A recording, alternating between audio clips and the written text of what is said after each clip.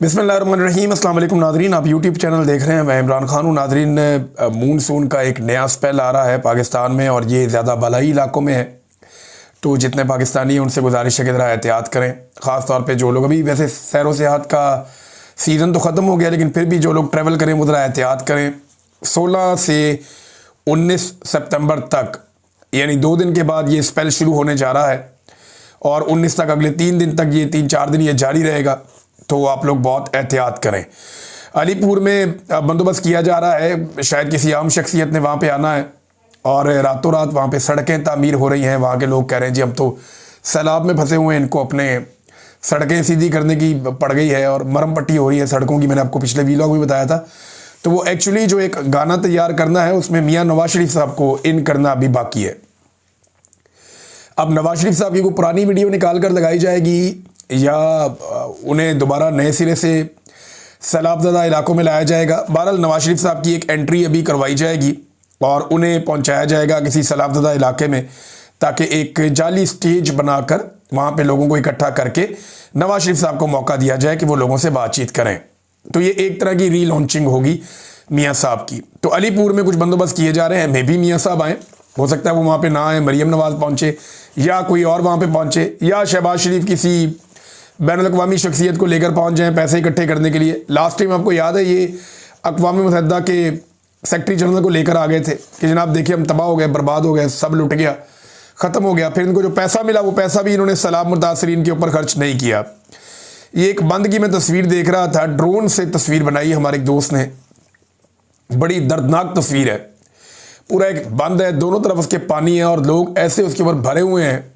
एक क़यामत सुग़रा का एक मंजर है, खुला आसमान है, ख़वातीन रो रही हैं, बच्चे रो रहे हैं, बड़े बड़े जवान जो हैं वो बिलक के रो रहे हैं, परेशान हैं कि हम जाएं कहाँ पे। इतनी बेबसी है लोगों की और हुकूमत जो है वो सिर्फ एक मखसूस बंद के इलाके में वहाँ जाती है। एक ख़ास एरिया पहले सेलेक्ट किया जाता है, वहाँ पे इंतज़ामिया पहुँचती है, सिक्योरिटी सारा बंदोबस्त हो जाता है, फिर हुकूमत के लोग पहुँचते हैं, वो वहाँ पे अपनी टिकटॉक बनाते हैं और निकल जाते हैं। हुकूमत ने अवाम को बिल्कुल तनहा छोड़ दिया है, किसी किस्म की कोई रिलीफ पब्लिक को मिल नहीं रही। टीवी चैनल्स को धड़ाधड़ पैसा दिया जा रहा है, अखबारात को पैसा दिया जा रहा है। यानी अखबारात अगर आप देखें तो पहला जो पेज है पूरा का पूरा वो इश्तिहारों से भरा हुआ होता है। महकमा मौसमियात का इश्तिहार लगा हुआ था नवाए वक्त में, मैं हैरान हो रहा था आधे सफ़े का, ज़रूरत क्या है उसकी। धड़ाधड़ इश्तिहारात मिल रहे हैं, सबको मिल रहे हैं, अखबारात को भी मिल रहे हैं, टीवी चैनल्स को भी मिल रहे हैं। बस उनको ये कहा गया है कि आपने तबाही और बर्बादी नहीं दिखानी। 1-2 टीवी चैनल्स ने ब्लैकमेल करने के लिए कोई रिपोर्टें शिपोर्टें चलाई, फिर उसके बाद उनको इश्तिहारात दिए गए, डाउन चला गया मामला। आप ज़रा सोचें कि ये जो तबाही और बर्बादी डिजिटल मीडिया अपने बहुत थोड़े से फंड से दिखा रहा है। यानी डिजिटल मीडिया का एक जर्नलिस्ट जो है उसके पास क्या होता है, एक ऐसे मोबाइल फ़ोन होता है, एक सिंपल एक माइक होता है और बस कुछ नहीं, वो उसके साथ कवरेज करता है। सैलाब-ज़दगान के साथ ही वो कहीं रोटी खा लेता है, वहीं पे कहीं रात गुजार लेता है, उठता है फिर वहीं पे काम शुरू कर देता है। अब मुझे आप बताएं ना कि ये जो जिनका रोज़ का बजट 1000 रुपया है, मैक्सिमम 1000-1500 होगा, 2000 हो जाएगा बहुत ज़्यादा कर लें तो, और जिनके पास जो सामान है वो 50,000 से भी कम का है, वो लोग कवरेज कर रहे हैं और वो कुछ दिखा रहे हैं जो कोई नहीं दिखा रहा। और दूसरी तरफ जिस मीडिया को अरबों रुपए मिलते हैं, जिस मीडिया का अपना एक एक दिन का बजट करोड़ों में है, वो कुछ भी नहीं दिखा रहा। ये कैसे मुमकिन है? जिनके पास बेहतरीन कैमरे हैं, गाड़ियां हैं, रिपोर्टर्स हैं, न्यूज़ रूम्स हैं, जदीद सलाहियतें हैं, उनके पास ड्रोन कैमराज हैं, जिनके पास इतना सारा कुछ है, वो कुछ भी नहीं दिखा रहे। और जिनके पास कुछ भी नहीं है, कुछ भी नहीं है जिनके पास, वो आपको सारी पिक्चर दिखा रहे हैं। मतलब ये है कि इस वक्त पाकिस्तान के मीडिया को जो पैसा दिया जा रहा है, उनके जो पेट भरे जा रहे हैं, उसके पीछे एक ही मकसद है कि आप हुकूमत की तरफ कारकर्दगी बताएं, आपने तबाही और बर्बादी बिल्कुल नहीं दिखानी। यानी मैंने ये मंजर भी देखा है कि वहाँ पे डिजिटल मीडिया के लोग पहुँचे, उन्होंने जाकर पूछा जी कश्तियाँ क्यों खड़ी हैं, लोगों को रेस्क्यू कीजिए, हम होकर आ रहे हैं। हम प्राइवेट कश्ती लेकर गए थे, हम देख कर आए, बहुत लोग फंसे हुए, उनको निकालें वहाँ से। यानी हमने जो कश्तियाँ भेजी, हमारी अल्हम्दुलिल्लाह अब 5 या 6 कश्तियाँ हो गई हैं। हम जहाँ कश्ती मिलती है हम लेते जा रहे हैं और पहुँचाई जा रहे हैं। तो हमारी कश्तियाँ जो हैं वो लोगों को निकाल निकाल के बाहर लेकर आ रही हैं। जो अपना घर देखने के लिए जाना चाहते हैं या कोई सामान लेकर आना चाहते हैं तो हम उनको भी लेकर जाते हैं, फिर वापस लेकर आते हैं। तो अगर हम लोग ये काम कर पाते हैं तो गवर्नमेंट क्यों नहीं कर रही? वो तो नहीं कर रही ये काम। उनसे पूछा कि जी आपकी कश्तियां क्यों खड़ी हैं, इनको चलाएं। मैंने तो ये बोला सारी टीम को कि आपने कश्तियां रोकनी नहीं है, इनको चलाई जाओ, बस इनको चलाते रहो। सिर्फ उतनी देर इंजन को रेस्ट आपने देना जितनी देर कोई काम कर रहा है, उतर रहा है, चढ़ रहा है, बस आप कश्तियों को चलाओ। खराब होती हैं, टूटती हैं, जो भी है, लोगों को आपने बचाना है। तो गवर्नमेंट ये क्यों नहीं कर रही? तो उन्होंने बताया जी हमारी कश्तियों में पेट्रोल नहीं है। अंदाजा करें आप, कश्तियों के अंदर पेट्रोल नहीं है, कितना बड़ा जुर्म है ये। इनकी गाड़ियों में पेट्रोल कभी खत्म नहीं होता। इनके जो प्रोटोकॉल्स हैं उनकी गाड़ियों में पेट्रोल कभी खत्म नहीं होता। इनके जहाज़ों में पेट्रोल कभी ख़त्म नहीं होता, लेकिन इनकी कश्तियों में पेट्रोल ख़त्म हो गया। ये कितनी अफसोस की बात है कि जो गरीब के लिए चलने वाली कश्ती है, और चंद कश्तियाँ इतनी ज़्यादा भी नहीं है, उनके अंदर भी पेट्रोल अवेलेबल नहीं है। अब नजम सेठी जैसा आदमी, यानी एक जर्नलिस्ट हैं नजम सेठी साहब, पीसीबी में भी रहे, उनके पॉलिटिकल कनेक्शन भी हैं, होते हैं। अब हालात ही ऐसे हैं, जर्नलिज्म सारा ही पोलराइज हो गया। लेकिन नजम सेठी साहब जो है वो एक तज्जियाकार के तौर पे वो भी अब ये कहने पर मजबूर हो गए कि यार बस कर दो। फौज को और हुकूमत को वो शीशा दिखा रहे हैं कि यार बस कर दो, लोग गुस्से में हैं, तुम लोगों ने तबाही फेर दी है। नजम सेठी कह रहे हैं पानी सर से गुजर गया, अब इमरजेंसी लगा रहे हैं। शर्म नहीं आती इनको? और ऊपर से अस्पतालों के चक्कर लग रहे हैं, अपनी तस्वीरें लगाई जा रही हैं। ये कोई मौका है अपनी प्रमोशन का? आवाम डूब रही है और आप अपनी डिप्लोमेसी कर रहे हैं। आपकी डिप्लोमेसी से इसराइल और कतर के ताल्लुकात पर क्या फ़र्क पड़ जाएगा? फ़र्क पड़ना क्या है जी? हम 3 में ना 13 में वहाँ जाके चौधरी बन जाते हैं कि जनाब हम आपको बचाएंगे, हम ये करेंगे, हम वो करेंगे। भाई उन्होंने लड़ाई लड़नी नहीं है। उन्होंने लड़ाई लड़नी होती तो वो पहले लड़ लेते। जब ईरान के साथ जंग हो रही थी वो तब लड़ लेते। जब इसराइल सबके साथ लड़ रहा था वो कंटिन्यू करते, ख़त्म करते इसराइल को। वो तब लड़ लेते जब फ़लस्तीनियों की नस्लकुशी हो रही है और लगातार लंबे अरसे से हो रही है। 6 मुल्कों को मारा इसराइल ने 3 दिनों के अंदर, यानी 3 दिनों में 6 मुल्कों पे इसराइल ने अटैक किया। ये पिछले हफ्ते पाकिस्तान सिर्फ कतर पहुंचा, वजह क्या है? पैसे कतर के पास है। बाकी जो ममालिक हैं जिनके ऊपर इसराइल ने अटैक किया, पाकिस्तान कहीं नहीं गया, शाम भी नहीं गया, चले फ़लस्तीन तो जा ही नहीं सकते, ये इनको इख्तियार ही नहीं है। त्यूनिस भी नहीं गया, यमन भी नहीं गया, बाकी मुल्कों में कहीं नहीं जा रहा। पाकिस्तान कहाँ गया? सिर्फ और सिर्फ कतर में गया। पैसे उनके पास है ना। तो मामला उम्मत मुस्लिमा का नहीं है। मामला ये नहीं है कि पाकिस्तानियों को कतरियों से बहुत प्यार हो गया। मामला ऐसा लगता है कि कतर के पास क्योंकि पैसे हैं, गैस है, इख्तियार है, लिहाजा कतर के पास हम जाएंगे, बाकियों को हम नहीं पूछेंगे। लबनान और शाम के साथ इसराइल क्या करता है, हमें इससे कोई लेना देना नहीं है। त्यूनिस के साथ, यमन के साथ क्या करता है, हमें इससे कोई लेना देना नहीं है। बस कतर के पास पैसा है, लिहाजा इस मामले में हम बीच में पड़ेंगे।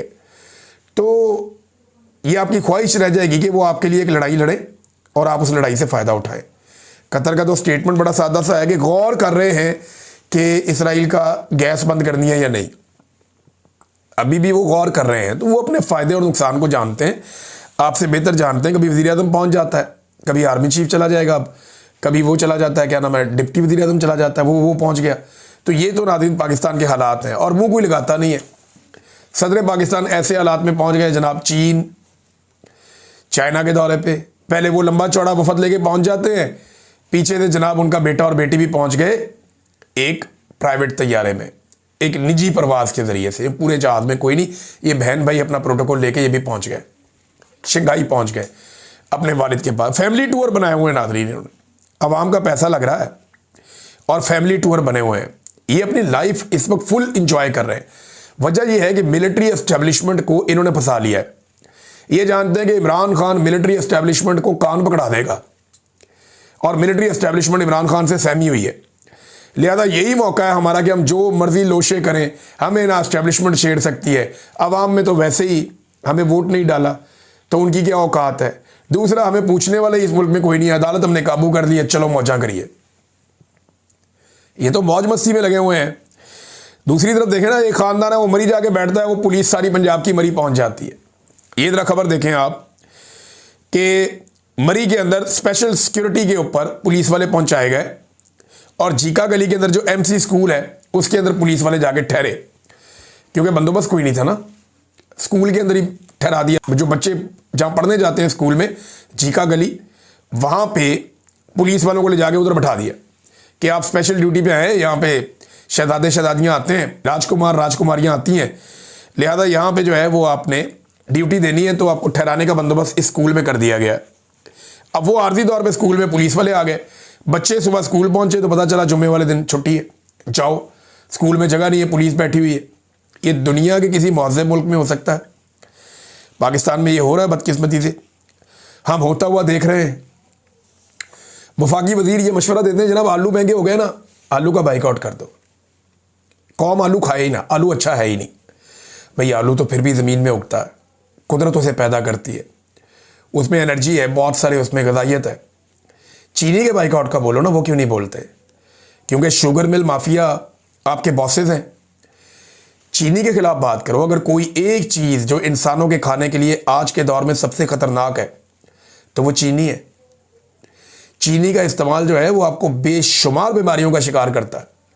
आपको कैंसर हो सकता है, स्किन की डिजीज़ हो सकती हैं, मोटापा होता है, शुगर होती है, शुगर से रिलेटेड बहुत सारी बीमारियां वो हो जाती हैं, जोड़ों के मसाइल हो जाते हैं, ब्लड प्रेशर के मसाइल हो जाते हैं। जितनी बीमारियां चीनी के नाम से जो केमिकल मार्केट में बिक रहा है, एक्चुअली ये केमिकल है ना, चीनी केमिकल से बनती है। आप मुझे बताएं ना ये कैसे बनती है, क्या कोई जानता है? गन्ने से तो गन्ने का रस बनता है और उससे जो है वो गुड़ बन जाता है, गुड़ से आप उसको पीस ले तो शक्कर बन जाती है, बस इतना ही है। लेकिन चीनी कैसे बनती है कोई जानता है? ये केमिकल्स डाले जाते हैं, उसका रंग उड़ाया जाता है, उसको सफ़ेद रंग के क्रिस्टल में जो तब्दील किया जाता है, ये केमिकल्स हैं जो करते हैं। और ये केमिकल्स आपके जिस्म पे वो नुकसानात पहुंचाते हैं जिनसे आप कभी बाहर नहीं आ सकते, नाकाबिले तलाफी नुकसानात पहुंचाते हैं। तो चीनी का तो एक दाना भी जहर है, उसका बाइकआउट हम नहीं करते। अगर हम चीनी का बाइकआउट कर दें ना हमारी कौम सिर्फ, तो एक माफिया को पूरे को लगाम पड़ जाएगी, बेड़ा ही गर्क हो जाएगा इनका, इनके पल्ले कख नहीं बचेगा। ये अरबों खरबों रुपया चीनी से निकालते हैं हर साल और अवाम के पेटों से निकालते हैं।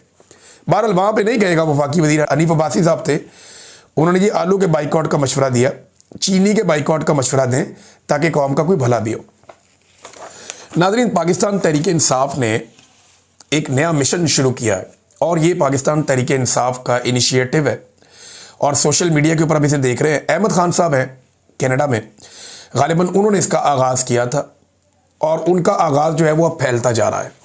ये है मिशन नूर। ये क्या है, सिंपल मैं आपको करूँ तो ये है कि अनाउंसमेंट ये की गई है कि 20 तारीख को, 20 सितंबर की रात को पाकिस्तान में 9 बजे तमाम लोग अपने घरों की छतों पर आएँ और आज़ान दें और उसकी वीडियो बनाकर सोशल मीडिया पे डाल दें। सोशल मीडिया पे इसलिए डाल देंगे सारी दुनिया को पता चल जाए कि लोग आज़ान दे रहे हैं, वो एक तहरीक बन जाए। और आज़ान देने का मतलब ये है कि अल्लाह रब्बुल इज़्ज़त से इस जालिम रजीम के ख़िलाफ़ मदद मांगना, यानी जालिम हुक्मरानों से निजात के लिए दुआ है ये एक, कि हम अल्लाह को पुकार रहे हैं। देखिए हर हाल में हम लोग अल्लाह को ही पुकारते हैं, जब भी मुश्किल आती है हम सबसे पहले अल्लाह को पुकारते हैं। मैंने बहुत सख्त टाइम देखा, मैं सिर्फ अल्लाह रब्बुल इज़्ज़त से मदद मांगता था, उसने मेरी मदद की भी है। तो अल्लाह को ही पुकारना चाहिए। बल्कि मुझे याद है अच्छी तरह, मैं जब उस कैद में था तो कभी कभी मैं आज़ान देता था, यानी मेरा दिल करता था मैं आज़ान दूँ तो मैं आज़ान देता था, क्योंकि अल्लाह को पुकारने का एक बेहतरीन तरीका है वो, तो मैं आज़ान देता था, मुझे याद है। तो ये मिशन नूर है, एक अच्छी बात है। इसमें लोग अपनी तकालीफ, अपनी मुसीबतें, जो इंसानी हकूक़ की पामालियाँ हो रही हैं, जो जुल्म जबर फस्तायत है, जो मिलिट्री एस्टेब्लिशमेंट ने एक जाली रजीम मुसल्लत करके लोगों को कुचल दिया है, लोग अल्लाह रब्बुल इज़्ज़त से मदद मांगेंगे, अल्लाह से रुजू करेंगे, फ़लस्तीन के बारे में भी दुआ करें, बाकी दुनिया में जहाँ जहाँ मुसलमान पिस रहे हैं उनके बारे में भी दुआ करें। और ये एक नुक्ता आगाज़ है मिशन नूर के बारे में जो मैंने सुना है, एक ये नुक्ता आगाज़ है।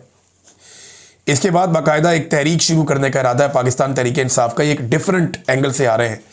वैसे मिशन नूर की अनाउंसमेंट से कुछ परेशानी तो है, जो ताकतवर हल्के हैं उन्हें, कि ये एक नया सिलसिला। पाकिस्तान तहरीक इंसाफ की ये खूबी है कि वो आराम से नहीं बैठते, वो कुछ ना कुछ करते रहते हैं और किसी ना किसी तरीके से लोगों को इकट्ठा करना जानते हैं। तो अब एक ये नई चीज़ है, मैंने कहा मैं आप तक पहुंचाऊं कि यहाँ पे क्या होने जा रहा है। इसको रिपोर्ट भी करेंगे, फर्दर इस पर हम बात करते रहेंगे। नादरीन, शहबाज राणा साहब हमारे एक बड़े अच्छे जर्नलिस्ट हैं, बिल्कुल किसी किस्म की कोई कंट्रोवर्सी उनके हवाले से नहीं है, मैं बड़ी अच्छी तरह उन्हें जानता हूँ।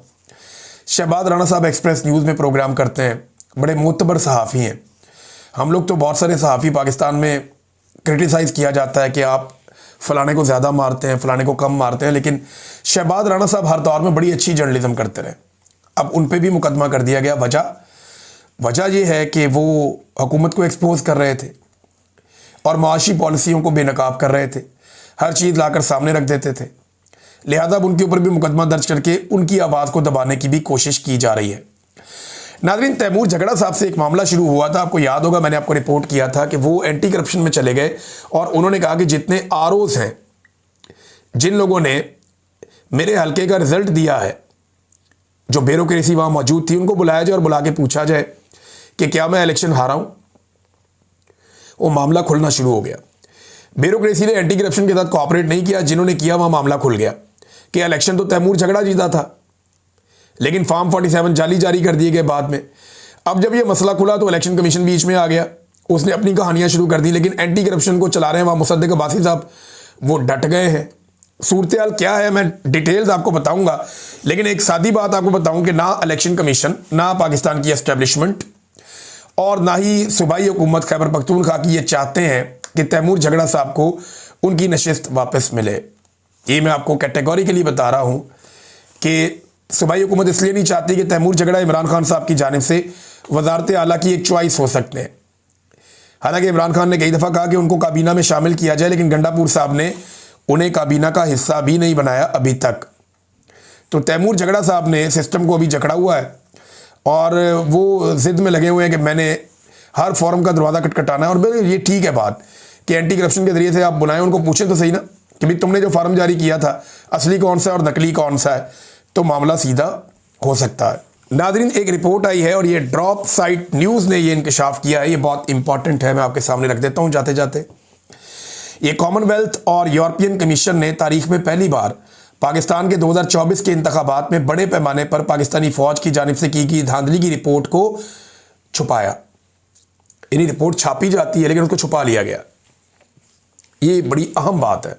यानी रिपोर्ट क्या कहती है, उसको छुपा लिया गया, छापा नहीं गया। कॉमनवेल्थ और यूरोपियन कमीशन, अब ये मगरबी तंजीमें हैं, अब इनका काम ये था कि ये पाकिस्तान में बताते क्या हुआ है।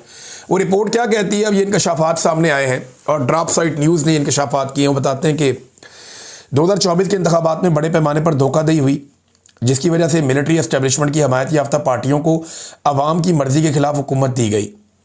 वोटर ने जेल में बंद साबिक वज़ीर-ए-आज़म इमरान खान की पार्टी तहरीक इंसाफ के हक़ में बड़ी तादाद में वोट दिया, लेकिन बज़ोर ताकत नताइज को तब्दील कर दिया गया। कॉमनवेल्थ की रिपोर्ट में कहा गया कि हुकूमत ने लोगों के बुनियादी हुकूक जैसा कि आज़ादी इज्तिमा, आज़ादी इज़हार राय और तंजीम बनाने की आज़ादी को पामाल किया।